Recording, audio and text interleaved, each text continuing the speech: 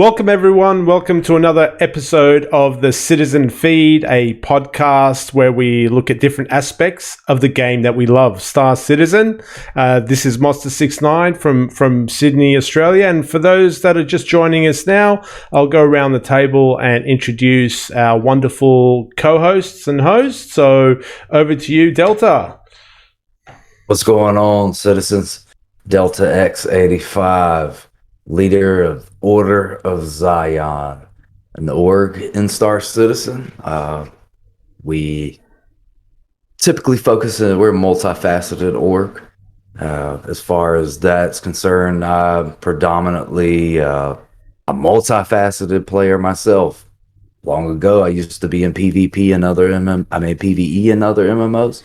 Now I'm focusing harder and deeper into the PvP aspect. Outside of that, Ace, what's going on, man, with your beautiful upgrade to your helmet?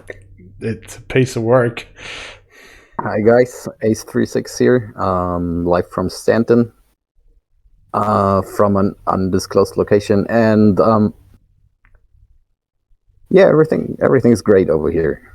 Let's just say it's been a quiet week in Stanton for once. Very quiet.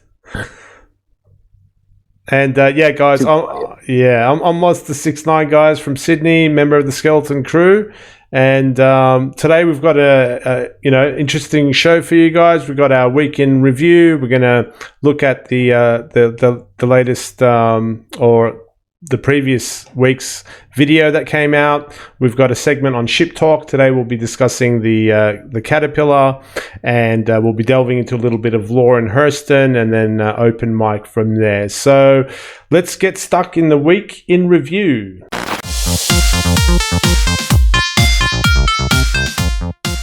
Yeah, what's going on, guys? In this segment, we're going to just go over essentially what we did for the week. As far as my week in review, I feel like lately I've just been crammed with a lot of admin work. It's getting to a point where I think I'm playing the game more outside of my actual PC and in the PU than I am doing anything else, man. This week, while in game, I've been focusing pretty heavily on bounties, trying to understand that loop to a T, becoming a better pilot slowly but surely. Not the greatest, but I definitely would assume that I'm better than average. Outside of that, no, I'm moving slowly but surely, step by step, into mining, testing some other loops. There's actually some other aspects about the game that I want to understand, like the commodity situation, especially as the economy evolves. Been recruiting, trying to set up events and keep players interested in the game, because at this current time, I think a lot of people are getting bored just running the same gameplay loops over and over. So we're trying to do some PCC, player created content, keep the guys active. I would say girls. We don't have any girls in our org. Not to say that we wouldn't recruit them, but just to throw that out there. So what's going on with you, Ace? It looks like you actually been pretty damn busy upgrading this week. Well, apart from upgrading, I went to ArcCorp one day to do some missions for Twitch. That's a thing one does from time to time. And before we even got to her, we had found mineable rocks at the spaceport directly. Like, we came out the elevator and there was a mineable rock lying on the floor. And it turns out there was a whole trail of mineable rocks that led from the train, from the elevator right off to the train. And we were like, oh my god, that might be some Easter eggy thing happening or something. And we searched whole ArcCorp for further rocks. We didn't find any further rocks, and then we experimented with the rocks. It turns out if you drop them, you can only always drop one every few seconds. So yeah, we spent 2 hours searching all ArcCorp for some Easter egg that didn't exist, but it was fun. It was almost like a breadcrumb hunt, looking for that next rock to find where the trail leads. It could have been any door or whatever, so we checked every door. And wait a second. Wait a second. Are you saying players had dropped rocks in there, or? That's what we were assuming, that some player just came out the elevator and started dropping the rocks, and you always just drop one at a time. And if he kept walking and dropped one every few seconds, that's what created the trail. I'm gonna try that out, man. I didn't know. Didn't even think of it. I mean, that was the only explanation we came up with at that time, but it was intriguing. It was mysterious, and it was new enough to cause curiosity, because it's like, oh, what's this? A mineable rock? Okay, let's pick it up. I mean, they were maybe worth $300 in total, but it was a fun adventure to follow the paper trail there. It's like finding money. Unproductive behavior is what I would call that. Game testing. I mean, yeah, but you can always free prisoners on another day, right? That's it. Yeah, I guess that's true. So did the Twitch mission work? We didn't even get to do the Twitch mission. We spent 2 hours searching ArcCorp for further rocks and trails. Like I said, unproductive behavior. Hey, I mean, the Twitch mission, we've done that mission before, so yeah, we would have only done it to break up the bounty hunting death cycle we've got going at the moment, where we're just hopping in, killing ERTs, and hopping off again. So we decided to do something else with a little bit more depth to it. So we went to Twitch and wanted to do the prisoner mission, where you fly to the Caterpillar and have to free the prisoners. Yep. I don't know if you've ever done that, but it's a cool mission when it works. Absolutely. I did it once, but it's just never worked for me in a long time. Yeah, it bugged out the last few times, so we wanted to try again, but I think we'll wait for 3.14 and see if it's working the next time we try it. Yeah. The other day, I was basically just bounty hunting again, so it's not that entertaining. It's the same as usual. We flew there, shot stuff, and got money. Yeah. What about you, Moss? What's been going on in your week? I had a couple of weeks. I'm playing the PTU at the moment, and for me, as a miner and sort of a logistics guy, but this is more of a mining and exploration thing, is I got really excited with the introduction of a compass in the HUD, in the new HUD system. You have a compass. So for me, that's huge, because previously, one thing about mining is being able to find the rich ore and then keeping it a secret, but at the same time being able to tell your org mates how to find that location. And we used to use all weird, crazy methods in Star Citizen, like triangulation from 3 different points. All we needed was a freaking compass, right? So now we got a compass. And to do something besides bounties, man, I just jumped in with a friend and we played kind of hide and seek with the compass. So I would go and hide and give him some loose kind of instructions as to where I might be, and he would use the compass to try and find me and stuff. So we kind of tested the compass. That was one thing we did. Was it successful? Yeah, the compass works. I mean, it was a very simple exercise, but I just wanted to make sure the compass worked, like it rotated when it... So with that, let me ask you a question. Are you getting actual coordinates from? Well, I mean, I know the coordinates the compass is going to give you, and I think quote unquote north is the sun, correct?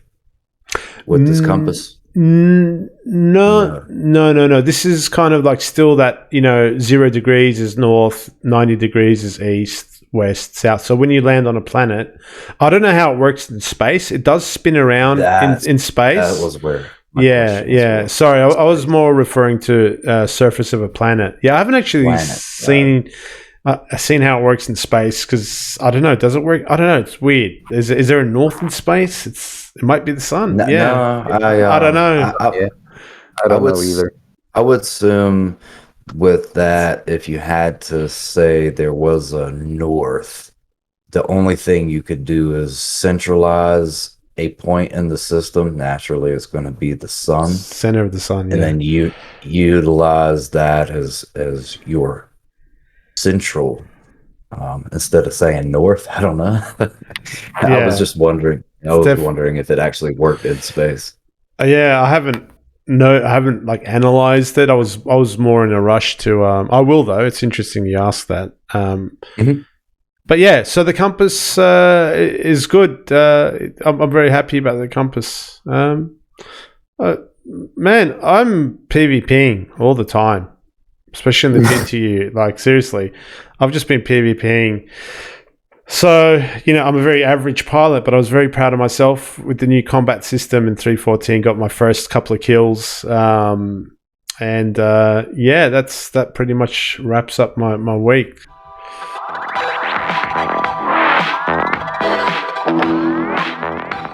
What we're going to do is we're going to shift into Star Citizen Live, and then this week it was actually the Gamedev video. And I know a lot of people think that these are boring. To me, all content on Star Citizen is interesting. These Gamedev videos, while sometimes they are not actually dealing with things that are doing, and there's a lot of theory crafting in some of the videos, this particular situation was totally different. And why don't you tell us about that, Moss? Yeah, this week's video, or last week's video, sorry, was mood lighting. So it was one of those hour-long dev videos that focused on a technical aspect of the game. And so I learned, actually, as I said in a few podcasts before, I'm not a big fan of the dev stuff, to be honest. I was at the beginning, but after a few years, I got kind of bored of them. But I was actually sitting there learning more and more about lighting and found it bit interesting, more interesting than I thought. So we learned about, the different states of lighting. I think there was two developers that were light artists, Chris and Zach, if my memory serves me correctly.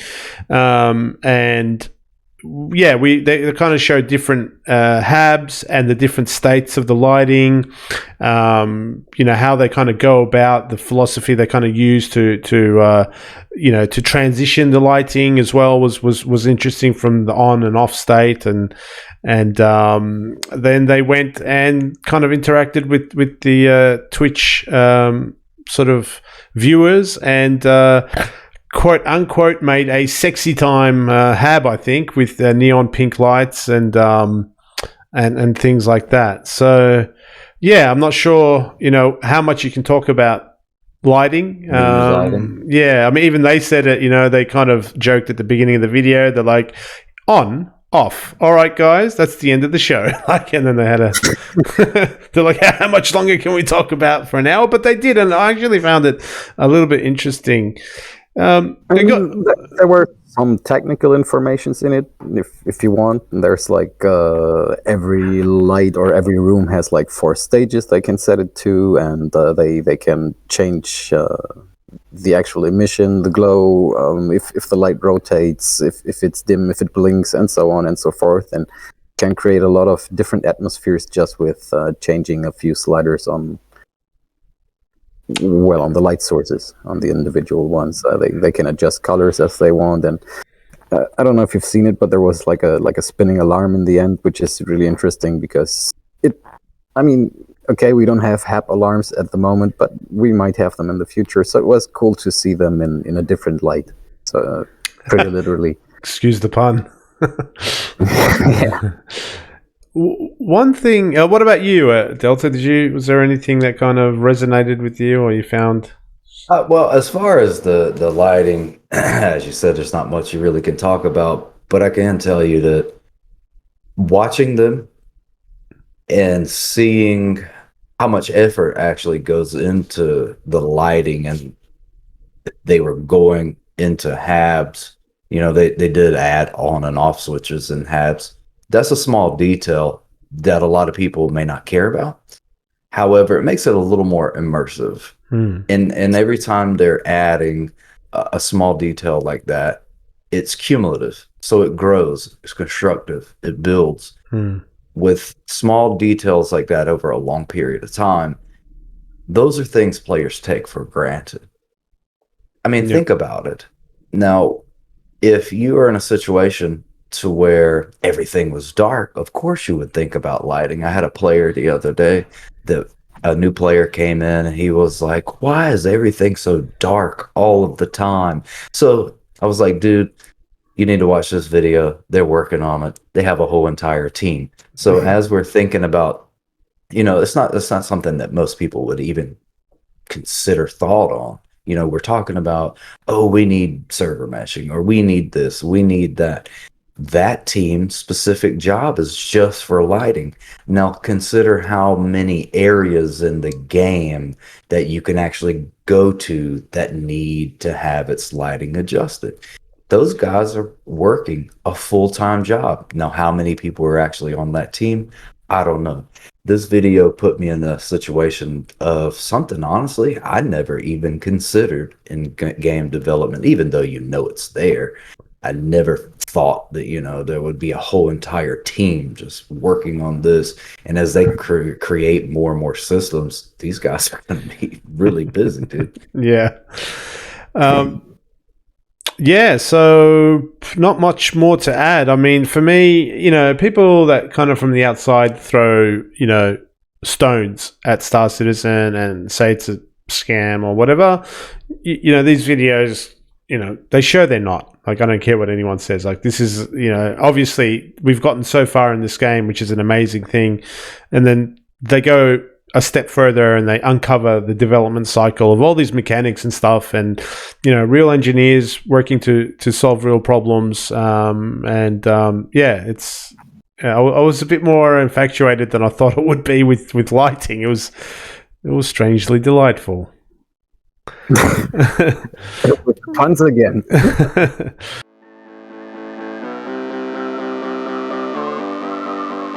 Go with some ship talk. For this week, we've chosen the Everloved Drake Caterpillar.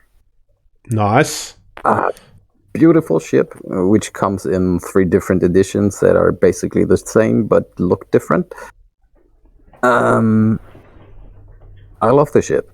I have to say, the Drake Caterpillar must be one of the prettiest Drake ships out there. For me personally, of course. But although I get lost all the time, every time I board a Caterpillar, I have trouble finding the bridge. But I love the design in it. It really feels industrial. It's got that gritty feel, like, I don't know, like an oil rig or something. Yeah. Or worse, or. Let's go a bit. Let's go on about the specifics of the ship a little bit. How much SCU does it have? Is it 576? Yeah. I mean, it used to be the king of cargo before the Hercules came. That's all you need to know. Exactly. Yeah. Exactly. It was the ship you wanted. Let me ask you guys a question real quick. I hate to cut you off. I just didn't want to. Okay, I've never dealt with cargo in this game, period, whatsoever. Okay. Now, let's say with the SCUs on this particular ship, it is at what exactly? Like, what is the actual number? So we're looking at 576. 576. Yeah. There you go, right there. So 576 cargo capacity. What is this, a mid-range cargo vessel? Is it small? I mean, how would you classify it? That's a temporal question, really. At the moment, it's big cargo. In the future, it will rather be medium to medium cargo. Because once all the hull series release, they can carry so much more. That will change everything. Yeah, but for now, it's one of the biggest you can get. Yeah, it's the second biggest now. So, and as time goes on and more, when the whole series comes out, I don't even know what medium is going to be, because what the hell does the hull E carry?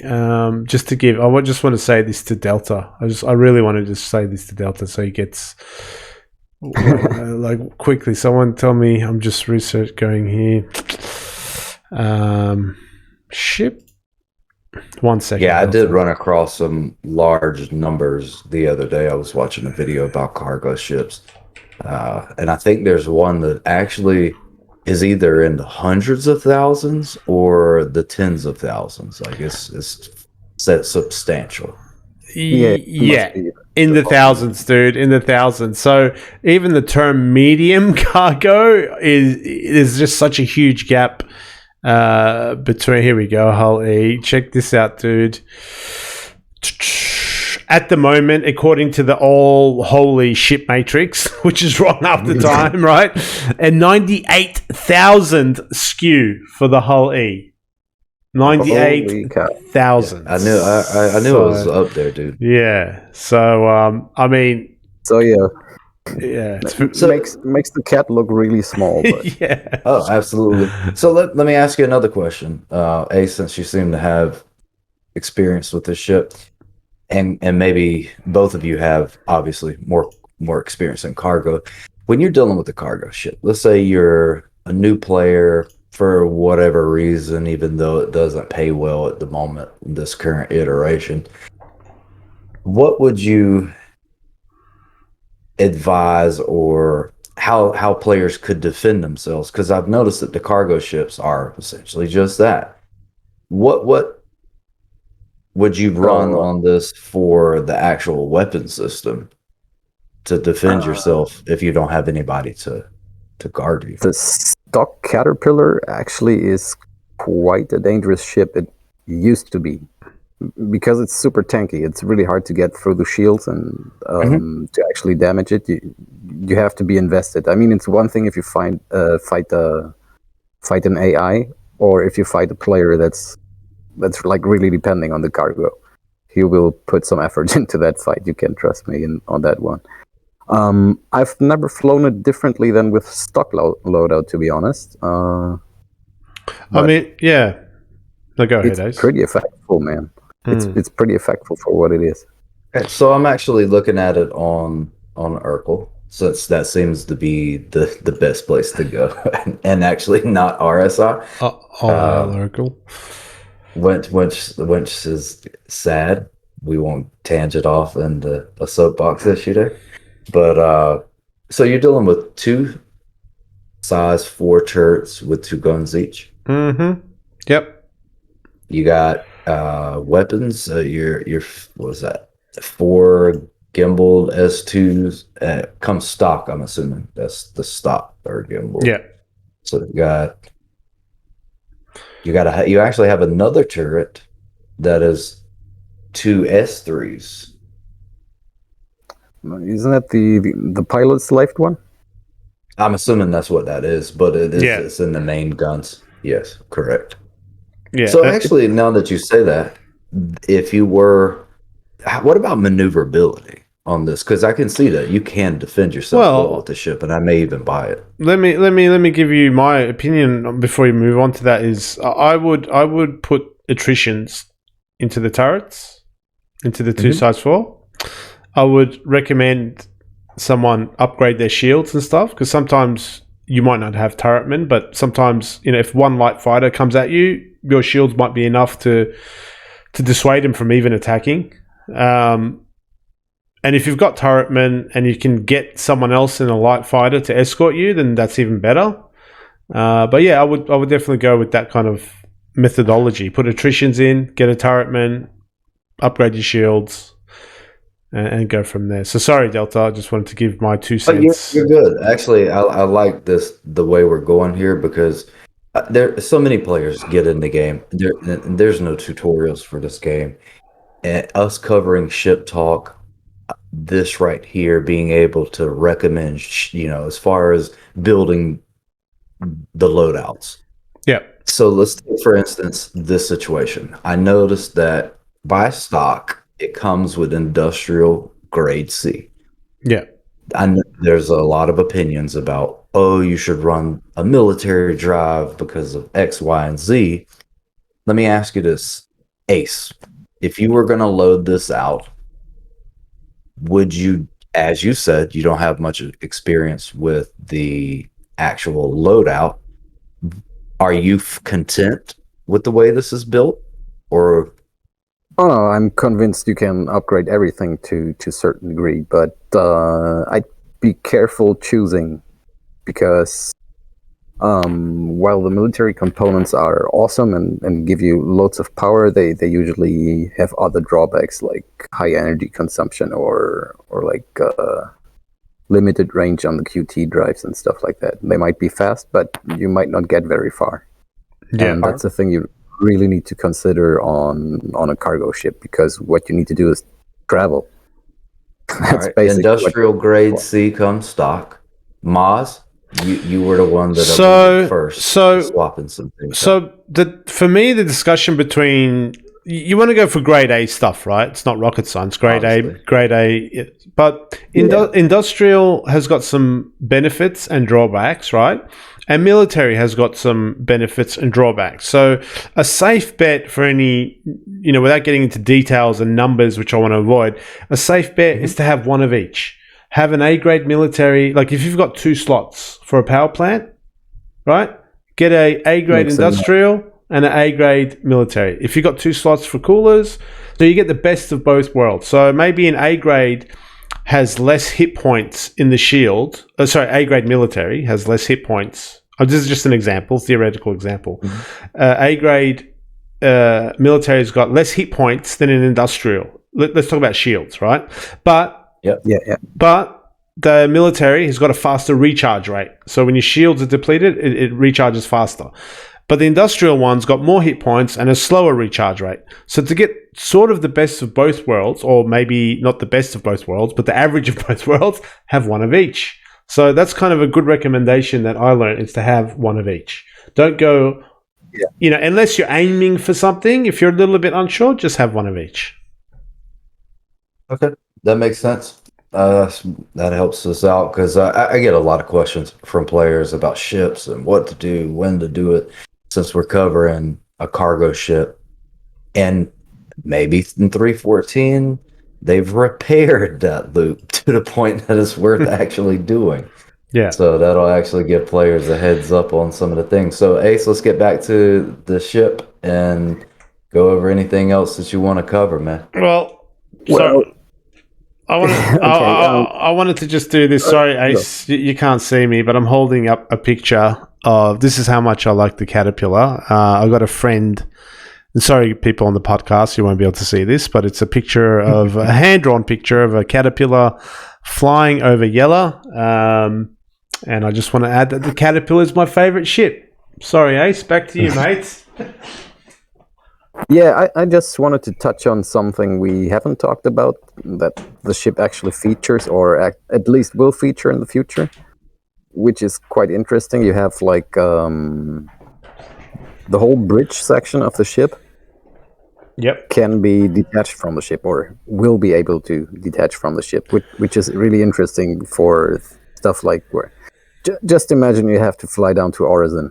You really want to take the big cat down if you can just decouple your smaller flight module and go down to the planet with this one. Okay, so I'm actually looking at it now. Now, to put it in perspective for the listeners, what section of it is going to detach, or is it just a small flight capsule? No, it's on the left-hand side where the cockpit is. Yes, that whole area at the wing basically comes off. Oh, and it's like a little extra boat. I think it even has beds in it. Yeah, it's got beds underneath. It's got a sink. It's got a shower. It's got a stove. It's like a little living unit, and it's going to detach from the big, long, oblong or. So, in comparison to the size of this thing, that would be more or less like a dinghy. Pretty much, you can hop off of it and roll out. Yeah, okay, I got you. And those four weapons that you see in Oracle at the top, those 4 weapons are on that module. So it's going to have 4 weapons as well when it detaches. So it's not bad little thing. Yeah, I mean, it might be that this little thing saves your life later when everything launches, and better to lose the cargo than lose everything. Than your life and your clone. Can I just say something really morbid? This is a bit dark. Go ahead. Roll with it. That's why I have an E. It's explicit on Spectrum, and on This top is of that, really it's dark. not rated for kids on YouTube. Go ahead. So, in the wild, when like there's like a pregnant creature, I've heard that some of them, when they're getting chased by lions, will actually kind of abort. Sacrifice. Yeah, they'll sacrifice or abort the child, and the lions will eat that. This is really morbid, sorry guys, and then it'll get away. I mean, this thing kind of reminds me of that, like abort the cargo, let them feed, and fly off. Very applicable analogy. Anyway, sorry about that. So I guess in the end, guys, you two have actually convinced me that I think this is definitely a ship that I'd like to have. I'm gonna talk to one of my org mates and I think the cat pull his out, check it. Sorry, Yeah, I was just saying the cat is great. You can't go wrong with a Caterpillar. It's A, it's beautiful. B, it's functional, and C, it will become even more functional. Beauty is relative. Yeah. Yes, it is. But I'm not an Origin man, and you know. I'm a Drake man. So let me have my rant, guys, because this is my favorite ship. All right. So the Drake, I came into Star Citizen, as I said, I saw a picture of the Freelancer, and I told you, like, that's the ship that got me in, but now I hate that ship. I said that like a few podcasts ago. I fell in love with the Caterpillar instead because, A, the name of it, the Caterpillar, and it actually looks like a caterpillar with hundreds of legs in a way. It doesn't have hundreds of legs, but I'm just saying it actually looks like what the name is. And I just found it to be such a kind of unique look when it came to spaceships for some reason, even though it's got a very simple design. And then the second thing that I fell in love with was it looks like a hauler. Like, it looks like a semi-trailer. You look at it and you're like, yep, that's a cargo ship. Like, you might look at a Taurus and Constellation Taurus, you don't necessarily think immediately it's a cargo ship, but you look at a Caterpillar and you're like, yep, that's hauling cargo. It's doing nothing else but hauling cargo. I don't know anything about this thing, but it's a fucking hauling cargo, like 100%. Yeah. So even the Hercules looks like a fucking bomber. Yeah, like you look massive. Exactly. So that was the second thing, and yeah, I'm a Drake guy. I love seeing, pipes and freaking, duct tape and, steam blowing out of different nooks and crannies in your ship and stuff. So I'll tell you the weak side. The weak side is I wish it just had a ramp. I wish it had a ramp that went to the ground so you could actually put a vehicle in this thing. I mean, that would be my 10 out of 10 ship. That's the only weak point is I can't put a freaking, little vehicle in it. There's no ramp that touches the ground. It's got a tractor beam as well that's going to come in the future. It's even got more modularity, doesn't it, Ace? Like, it's going to have all different types of modules. Like, it's got a most exciting roadmap. The Caterpillar's got a really exciting roadmap as a ship. So you're going to have different modules and stuff like that are not just cargo and whatnot. So you'll be able to swap the cargo containers out for differently themed modules, so to say. Yeah, which is going to be awesome. Yeah. So really exciting roadmap. If it just had that ramp that allowed me to, bring some vehicles up into it, my God, it'd be 10 out of 10. So yeah, love the Caterpillar, man. Who knows? Maybe knows? One of the pots will be like a vehicle transportation. True. Extra that actually, that's so true. Yep. Hopefully. Ramp or whatever. Can only hope.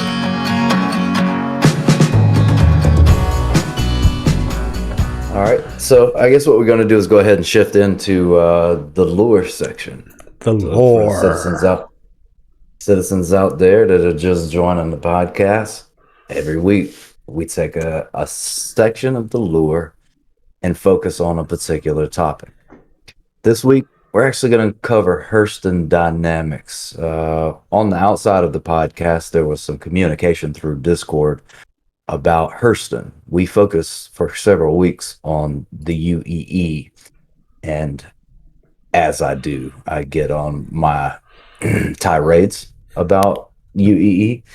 The conversation outside of the podcast on the Discord was related to Hurston and how the player felt about Hurston, which I essentially agree. So we're actually going to cover Hurston this week, its history, kind of the culture, and to me, out of all of the corporations in the Stanton system, it is probably more closely aligned than any other corporation than to UEE and its culture that I'm not even going to get into.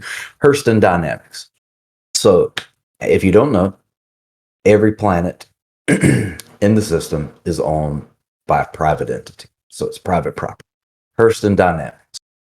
We've discussed Louisville in the past and the state of that actual city, which is not that great. I mean, there are some sections that are better than others, but Hurston Dynamics is primarily known for its weapon manufacturing, specifically lasers and electrons.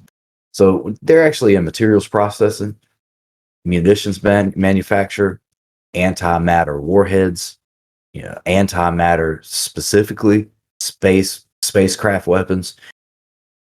The headquarters for this is actually going to be in Louisville. It was founded in 2438.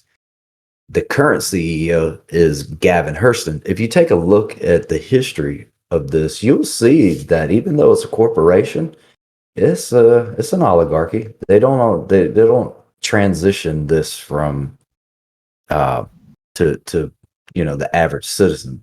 They keep it within the family from the beginning to the current state. So as far as that's concerned, one of the things that for me in particular with Hurston that I disagree with is it's a catch-22, because I'm an individual. If I had to necessarily choose political philosophy, which I would refrain from doing, however, I'd be closely related to a libertarian. So I support private property. I support individuals being able to freely make contracts with each other and have an agreement to where this is what I'm going to do for you. Here's what I'm going to give you in return. Unfortunately, corporations can exploit certain demographics. Their life labor contract is a huge issue for me. The life labor contract, it gives the individual housing, medical care, a job, etc. It's a litany of things that they're offered. However, Hurston exploits these individuals to an extent that they essentially work their lives, and within that contract, it puts them in a situation to where it's voluntary slavery. Outside of that, as a manufacturer, are you guys using a lot of Hurston's weaponry? Well, let me put it this way: you can't get around using. That's where I was setting you up. Setting you up for. The thing is, that was a trick question. It's a trick question. Yeah, but I mean, it's like that. Even if you decide not to buy at Hurston, all other manufacturers have to buy from Hurston because they produce some of the small-time components you need for all the spacey stuff and all the special engineering that goes on. And, well, they just manufacture it and mine the raw materials you will need for them. So, yeah, you don't get around. That was a loaded question. Yeah, but you're right. Like, one aspect is that Hurston provides a lot of components and stuff to other manufacturers. So you can't get around. Yes, they're like Sony. You know how Sony, we scoff at them, but if you look at Samsung phones or whatever, they're like use Sony lenses and Sony this and Sony that. So you can't get away from it. Not to mention the bloody attrition is like a meta for a lot of fighters. Maybe not so much now that lasers are all a bit limited in 314, but you know what I mean. Yeah. They used to be the popular choice for everybody, really. Yeah. So yeah, in that regards, it's kind of hard to avoid them. They've made sure to leave their fingerprint everywhere. I mean, if you take their planetary system, the 3 moons are named after famous Hurston personalities. They want to leave a footprint there, you know, and they want to impress you. If you go to the business district in Lorville, you get those huge statues in gold in front of that black granite or black marble background of the building, and it's like, okay, I see where we're going with this. I mean, So, Moz, what did you take from this research? My research, and I'm not getting into politics. I'm getting into caricatures. Like these guys, and Colonel Gavin E. Hurston is the current CEO of Hurston Dynamics. So Gavin, Gavin, old mate. These guys almost seem to be a caricature of the worst, like the most exaggerated and worst aspects of, let's say, I don't, like not a typical, like a caricature of, let's say, one side of politics. I don't want to say which side because I don't want people. You're gonna like the worst side of a right wing person, and I mean that in a way that's a joke. Like I'm not saying bad capitalism. Like they're weapons. They're weapons manufacturers. They're the biggest weapon provider to the UE. So they're all about weapons, which means war is good. War is great. They don't care about environment at all. And they wreck the environment of where they're at, and they gloat about it. So like Hurston Dynamics family are known for like having the heads of animals that have gone extinct on their walls. Right, like that from protected species. From protected species, they will like laugh. They'll point to an animal and say, "That was the last animal. Look at it; it's hanging off my wall." Like, so they're guns hunters with no regard. They're like the worst caricature of conservative of a conservative, and I don't mean that like I'm not. I'm just saying it's like a caricature. They're like a caricature of that. It is what it is, man. I mean, it's bad capitalism. They're elitists. There's no doubt about that. You can see the stark contrast in Lorville. Say, take New Deal, for instance. When you go down to the business district, look at it. Isn't that where the New Deal is epic and they got the golden statue that is that's massive? It's not New Deal. It's called the CBD, the Central Business District. Okay, so that in comparison to the area surrounding it that the average citizen would live in is a stark contrast. It's from one end of the spectrum to the other. It's absolutely horrible. So we can see that they have no humanist element in their culture, their philosophy. And it is what you said. Like you were being humble about it. I mean, let's call it as it is. It is they're bad like capitalism. They are the caricature of the evil super rich billionaire who owns a private island and does whatever he wants on it. I mean, they even own a fucking planet, so it's the epitome. It is the archetype of that idea. Yeah, that is exactly what it is. So there's lots to hate about them. And I think they actually get away with a lot of things because of the historical implications they had in the Tavern Wars. They were won, after all, through the use of Hurston Dynamics weapons in the end. So, which, as far as a weapons manufacturer, let's take a look at that. I mean, there is a reason why they're the number one weapons manufacturer. They produce really good weapons, and a lot of the times when you do have a situation where, let's say, the company overall, as far as its general culture and the way it reacts with its environment, its employees or its volunteer slaves, in their case, it actually is a good company for the product that it produces. We can't judge them for that. I mean, No. I really do enjoy my attrition 5 on the front of my Sentinel. It's a really good weapon. I use attritions too. I'm guilty of that as well. Yeah. So we're all feeding into that, but then again, we don't have a choice. They are the number one weapons manufacturer. I'd actually like to see another company enter the market and challenge them, because I'm the type of person, like, I feel when you're with a company, you're voting every time you spend UEC there. So every time you drop a credit towards them, you're voting that, oh, well, here you go, use this money, here's capital for you to, disperse to wherever you want to put it.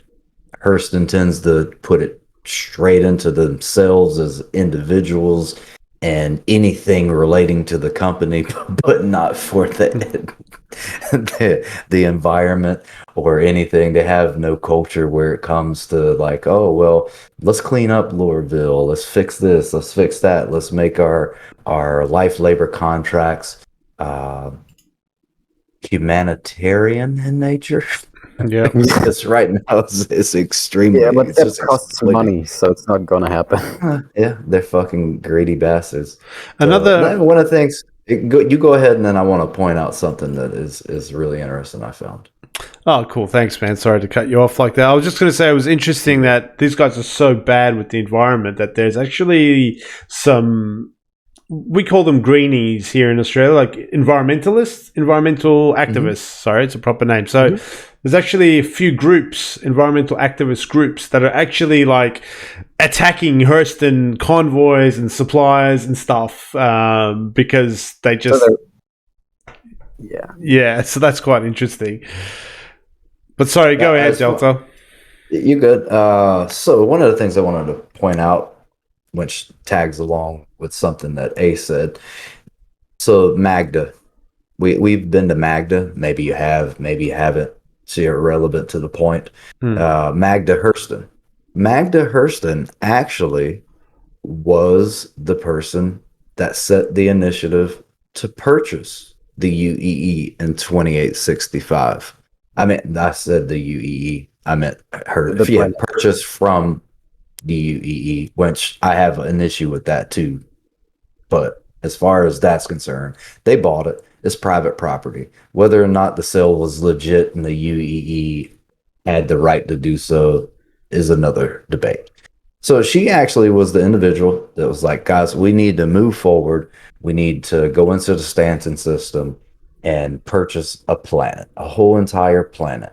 Yeah. And then, so now the third moon of Hurston is named after her.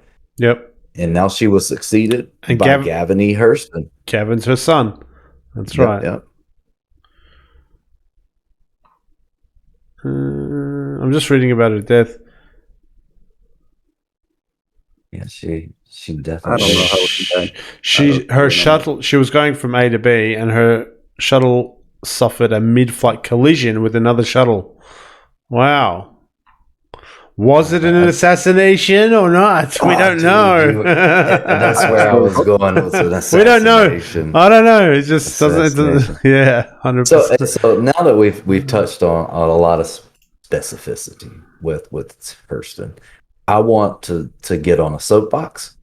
To be honest with you, these guys are actually going to be on my KOA list because they are. As far as corporations are concerned, typically I'm not an individual that wants to attack private entities.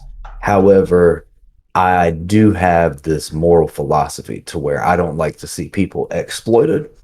They do a shit ton of exploitation when it comes to the average human. And to me, that's just as bad as the UEE traveling around into systems. Now, there is a debate about that now. They're going to a more democratic way. But if you look at a lot of democracies during the terrestrial Earth era, democracies can be aggressive. Just because you throw around the word democracy does not mean that it is a positive thing. However, back to the subject. Hurston is on my shit list. Like the UEE. Your shit list is growing bigger and bigger every week, Delta. That happens. So here's what I tell the PV. The PV. I'll let you go, Ace, and I'm gonna say this, and I'm gonna stop because I'm starting to get on soapbox. I mean, the thing is, you always have to consider the time frame, and right now we're at fucking war with another alien civilization that's whose primary goal is like to destroy. There's no talking with Ivandul.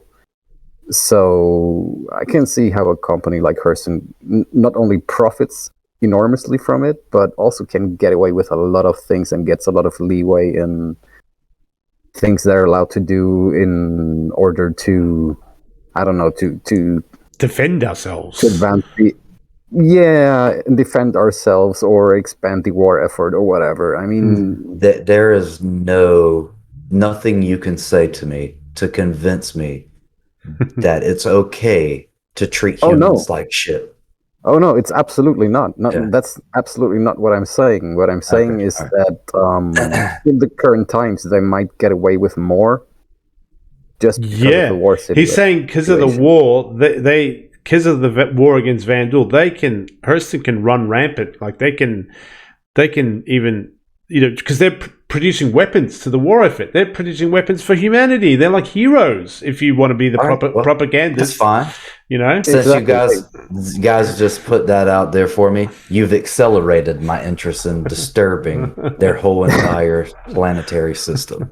So thank you for. Well, hurry up! I don't like them either. Yeah. So now, they are definitely added to the KOA list. Now I tell my PvPers, when you guys go out, if you want to attack the UEE, roll with that, but swing by Hurston on the way there. We don't like those either. Good. So I think actually, guys, we've covered, we've sampled it, and then for the citizens out there that are watching, we can only dive so deep into things. So we try to take out information, details, bring it to you. We will cover Hurston another time, and we will slowly construct our lore history on the citizen feed as we're selecting topics every week. So outside of that, guys, I think we've wrapped up this segment. So we're gonna shift into Moz.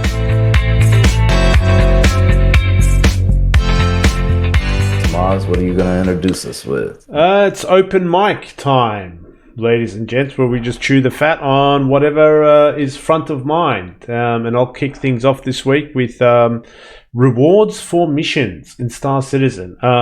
I know in the PTU, someone showed me that they're actually going to give out armor for quest line rewards, right? So as you go up reputation, you might get armor. I don't know if that's set in stone or if that's going to change or whatever, but it got me thinking as to rewards for missions, right? Because, we're all going to have ships. People are going to buy ships. So, there goes that type thing. And we're going to buy skins for the colors of our ship. So there goes that. But I was thinking rewards, right? And I don't want just big end rewards. I was thinking, and sorry guys, I'm throwing you guys into it. I've had way more time to think about it. Like subtle rewards to start off with. Like let's look at a quest line. Look at the level 1, level 2. Let's talk role playing kind of mechanics because we all know. So like the first couple of rewards, I was just thinking like for Hurston. The Hurston building, guys. At the top of the Hurston building, there's some landing pads, right? Mm-hmm. How about and I'll flesh this out to give you guys time to think about what rewards you'd like to see in game, okay? So how about if you do missions for Hurston, you do the first 4 or 5 missions, and the company gives you permission to land on top of the building. So you get a parking space as a reward, and maybe that parking space is closer to all the shops and stuff, so you avoid a commute, for example. So I thought that'd be a pretty cool reward. You got your own landing spot to go to.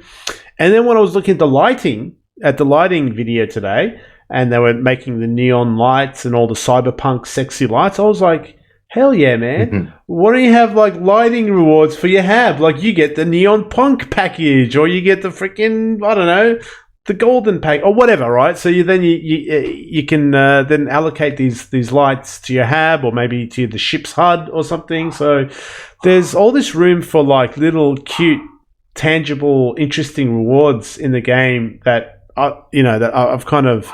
Obviously, there's ships, there's guns, there's armor, and all that sort of stuff. But I was like, oh, this would be pretty cool reward. So, yeah, if you had to think about it, guys, as for a quest line, it doesn't have to be the end quest or the middle. Anything. What kind of rewards would you like to see, or do you think would be good in the game? Let me start with. Sorry, this is an open mic. I've dragged you guys into it, but yeah, just out of curiosity, I want to know if. Again, sorry if you don't have any ideas. I've just thrown the grenade at you, Ace. Have you got any ideas, maybe, or? But yeah, rewards. Yeah, actually, I do. Flare items for ship interiors would be so amazing. Like, I mean, I have some from the subscriber store, like a boost cabinet and stuff, and it would be cool if instead of putting them into the hangar, which I never use, I could put stuff on the ship, and like the first thing on the list would be like some plushy dice hanging in the cockpit. I mean, stuff like that would be awesome if they added it. Yeah, it could just be some punk looking poster you can put in 2 locations on the ship or stuff like that, but it would really add something. And I know the times you had events where you could get actual not physical, but actual rewards for your character in terms of armor, like different helmets.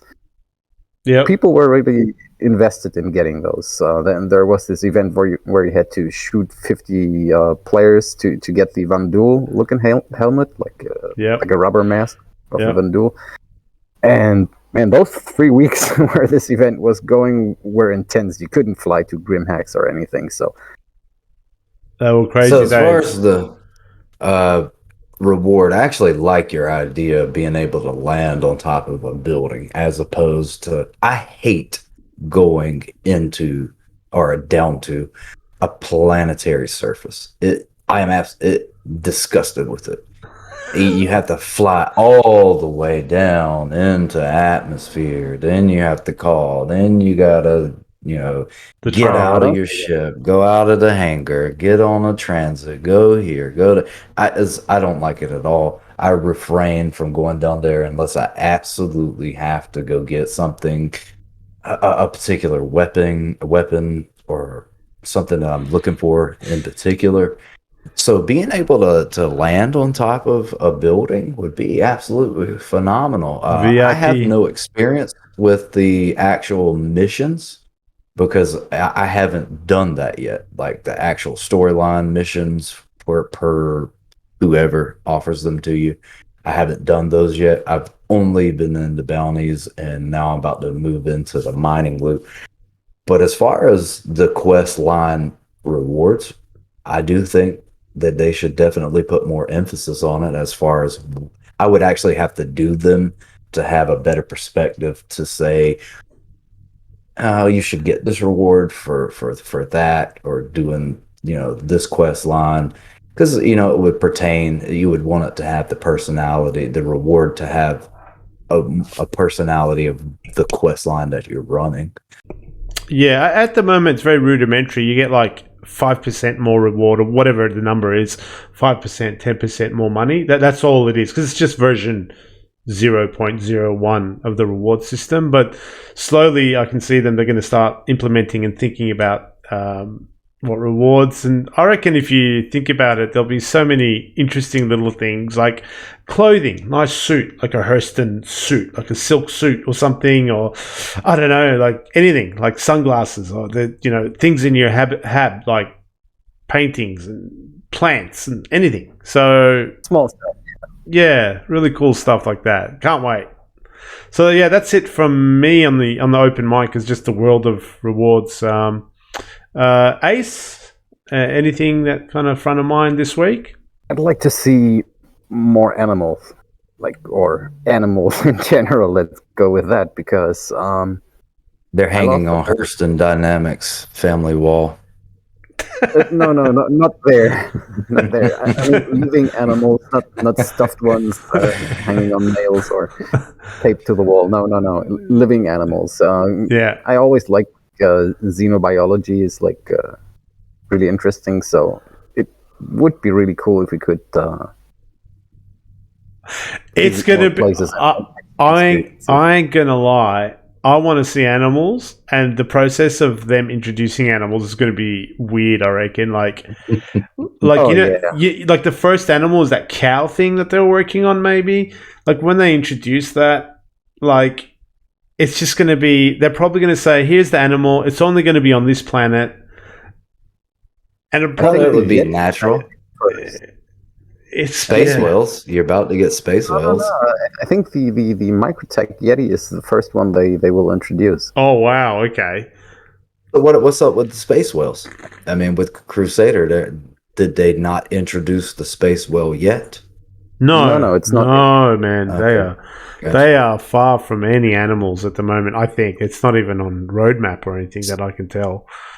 So I this had is a read something somewhere about the Yeti being at least tested or something, but I won't say anything like. Yeah, what tested means we don't know. I just read something a while ago, and I don't know. You about to get a comment under this YouTube video. There is Yeah, no yeah. testing. On the Yeti. I'm sorry. Information. Yeah, but no, I'm you're just, right, dude. I want animal at the end. I want animals in this game, 100%, man. Like I want biology in the game. I hope that the servers and the code and stuff can ultimately deliver But on that. There's actually two sides to that. Like, yes, I want animals in the wild, but I also want a pet dog, man. You know, everything's better if you can take a dog with you. That's a bit And- much, man. That's That's a bit Nah, much. it's not. If I'm honest, like, I think 98% of the Star Citizen players I know are dog owners. Like, pretty much all Sure. of them. But All of those I know. can you Star imagine? Fox?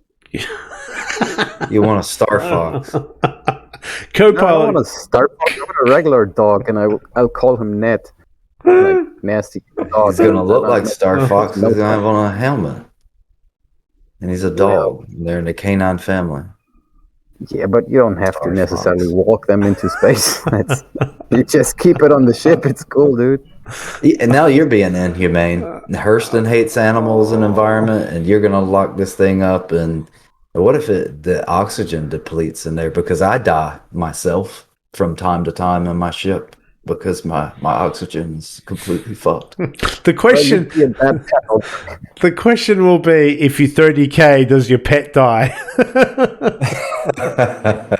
That'll be No, the question. but all your dog treats will vanish, and you'll have to replenish them. Yeah. Yeah, and then Space Pete is gonna get involved. Okay. No. No, that's a good thought. I like that. So pets and animals.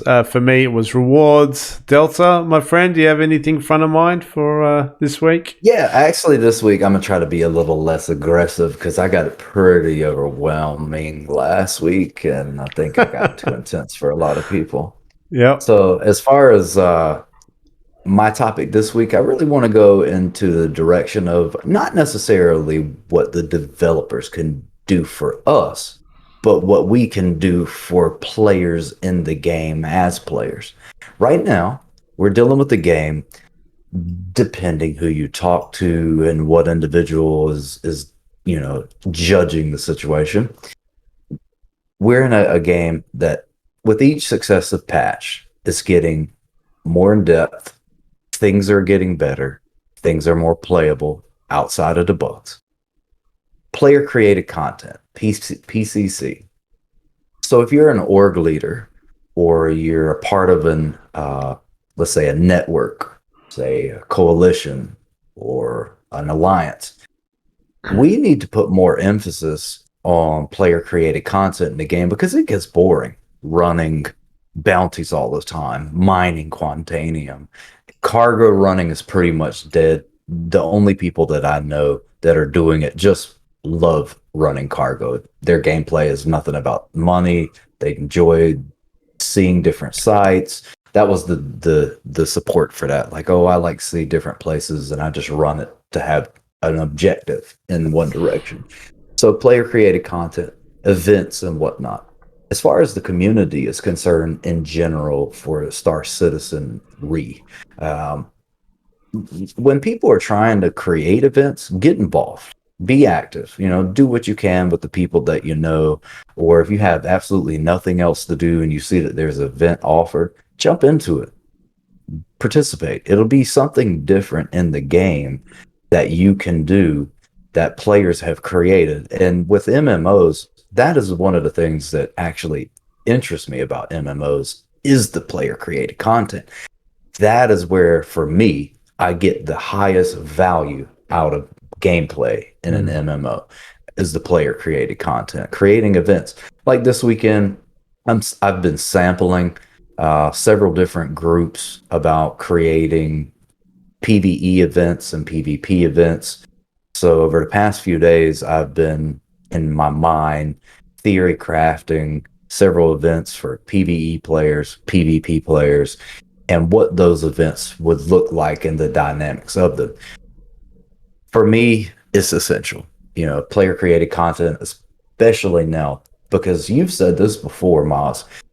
As an org leader, our primary goal is keeping the citizens, the members active and interested in the game and wanting to come back. My previous MMO that I was in, I never had to encourage people to stay in Discord. There was always one person in the Discord, and we probably had 70% less people in our Discord. So I've noticed that because there's not a whole lot of things to do, people have actually played to an extent that they're just waiting on the next patch. So there's really nothing interesting outside of hopping in and saying a few words to the other members of the Discord. But actually staying in, getting in game, and doing stuff really depends on their level of interest of what's going on. So I think creating player-created content and events and trying to keep things interesting with races and tournaments and whatnot is actually is a very good idea. So for all those leaders out there that are in the verse, let's try to do more of that. Let's try to get the citizenry involved and active and staying in the game.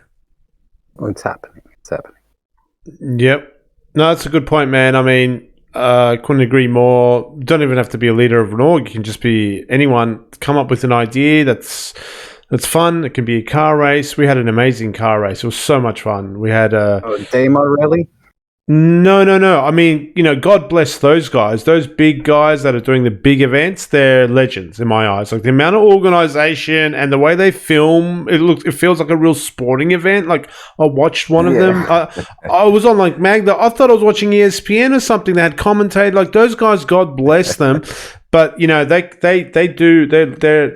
kind of lifting the heavy load. But no, I just meant like in Skeleton Crew, we had the org that I'm in. We had a car race, and it was so much fun. I was dreading it. I was thinking it's going to 30K. Driver. No. I wasn't even partaking as an organizer. I was dreading it, as in they're going to get bored. Cars are going to blow up. They're going to fall through the planet, someone's going to be toxic or something. And we went, and it was the most amazing. I had such a rush just organizing the race and going through with it. We had another one called, Valley of Death, and, the winner. Oh, yeah, I've seen that. Yeah, so the winner got it. The winner got a T-shirt, and I'm always on the lookout for new ideas. Unfortunately, some people might scoff at you and go, "You have to do this in Star Citizen to have fun," and the answer is yes. So, if you like, well, you're gonna have to do it when the damn game launches to full potential. I mean, that's what MMOs are. Yeah, it is a massive multiplayer online. And what all the devs do is they build an environment and the capabilities of what you're able to do within the game. But for me, and I'm gonna, this is my personal opinion, an MMO is about what the players are bringing to it. That is politics, diplomacy, organizations, guilds, or whatever you want to call them in your MMO. Player created content what builds the environment, what builds opportunity to stay interested. in the actual game. So whether or not the game's fully developed or not, player created content needs to continue. I mean, hell, player created content is a massive war, and then the diplomacy that subsequently comes. But that's one of the things that I am passionate about. So as far as, even if you're not a leader, if you see an event and you have nothing going on, but yet you're in the game, why don't you check out an event, jump into it, find something to do other than the boring gameplay loops that you've done 5,800 times. Yeah, great, cool, man. That's it for me. That's it for the open mic.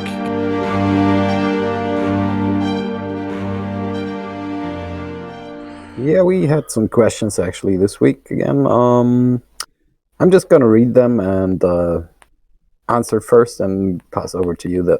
Okay, guys? Yep. So okay. First question goes, how are you gonna make money at full launch? Be aware that you can include things that aren't in-game yet, like salvage. Okay, we're gonna run bounties and mining. That's it right now. Yeah, but the question is specifically at launch. What's your plan at full launch? Well, we can't do salvage. I guess a full launch, it really, as far as me, I can't say what I'm going to do because the dynamics of the economy aren't fully even implemented yet. For me, I don't know exactly what I'm going to do. I may just be continuing at the time doing the same loops that we're working on now, depending on with every patch. I mean, one patch, Quantanium mining is the thing to do. Right now, it's up for debate. Is it bounties if you're an efficient pilot and you're doing them solo, or is it Quantanium mining? Next patch, Quantanium might be out and everybody's moles and prospectors are put up, are melted, bounties might not be the thing. It might shift back to cargo. Once they get the game balanced, I think I'd be able to deliver a better answer on that. But as of right now, I can't really say. Okay. What about you, Moss? You got some ideas of what you want to be doing? Yeah, if we pretend that primarily want to focus on. Yeah, if we pretend that the game's kind of done, if you like, I'd like to think that I jump in my Drake Herald, man, and go and hack some information and sell it. Oh, interesting. Okay. Yeah. Little hacker. Yeah, use my Drake Herald. Actually use my Drake Herald, you know what I mean? Yeah. That'd be my purpose. Because like right now I've done mining, I've used my mole for years and my prospector for years, but let's say tomorrow they come out with a complete game, like a big bang. Like bang, we've been hiding all this from you guys. Here's salvaging, here's medical, here's this, here's that. I'm gonna go data running, man. Data running. Okay. Actually, now that I think about it real quick, if I was thinking full launch, I'm a recruiter and an org leader. So I seriously doubt at full launch I'll even be able to play the actual game. I'll just be doing admin work because that's always what happens. We'll play an MMO because I love the game. It's so fun. I love this and I love that. And then I'll become an org or a guild leader and then I'm stuck in the admin role. Great answer. Admin mechanic out of the game. Mm-hmm. That's awesome. Yeah, that's what I do. Well, I for myself had set the long-term goal of buying a Pioneer in-game and be building homesteads and colonies for other players. Yeah, you said that before. Like my long-time cool thing. Building cities. Base HUD. So let's start with little villages. We can move to cities once I'm more versed in the matter. All right. So we got another question here, which is, what's your guys' favorite FPS gun in Star Citizen? I'm just going to start first. I go with the FS9. It's bearing ballistic. Submachine gun? No, it's a light machine gun. It's the big boy. The big one. Yes, I know that one. Yeah. 120 ammo and quite a punch. It's not very precise if you keep firing. I mean, it's an LMG, but short bursts will get you a long way. That's That's pretty much the one I use most. Yeah, very common in Star Marine, very powerful gun. But I'm gonna steer away from that because it's a very good gun. It's a very good choice. I just like the looks, man. Oh man, if I had to choose one, that's hard. Okay. I've got one gun in. I'm going to talk about I'm going to limit this in the verse, not Star Marine, because I play a lot of Star Marine, and then I've got my favorite gun in Star Marine, right, which is a different scenario to the verse, right? I think with the verse, if I had to have just one gun, I would go, because of its versatility of different ranges, I would go with the Gallant energy rifle. Okay. It's my gun. Delta? Interesting choice.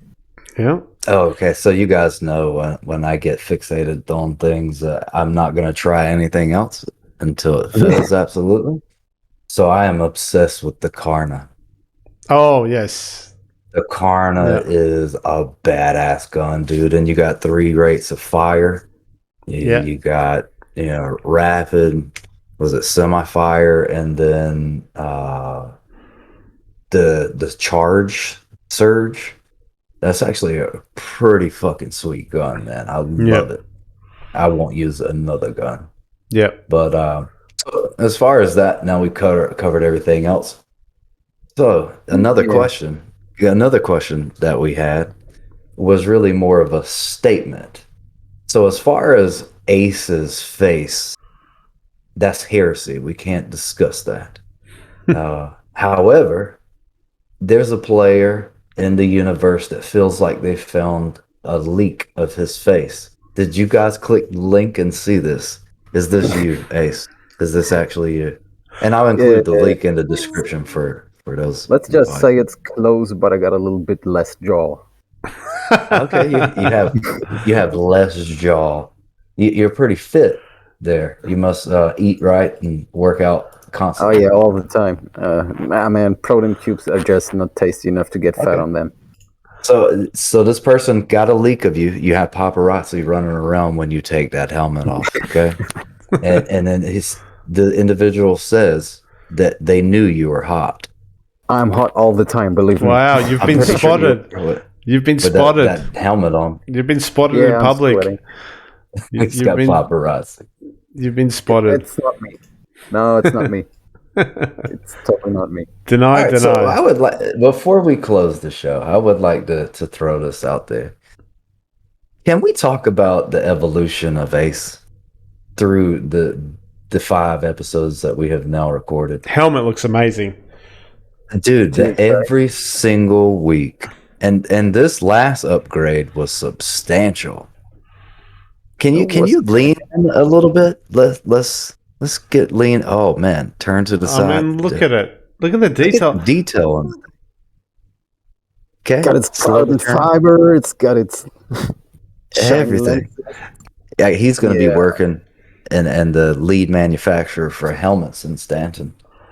Yeah, we're trying to like build up our own little branch of armor and equipment, but that's sweet. Turn to the other side. Is it mirrored on both sides? I see you got mirrored.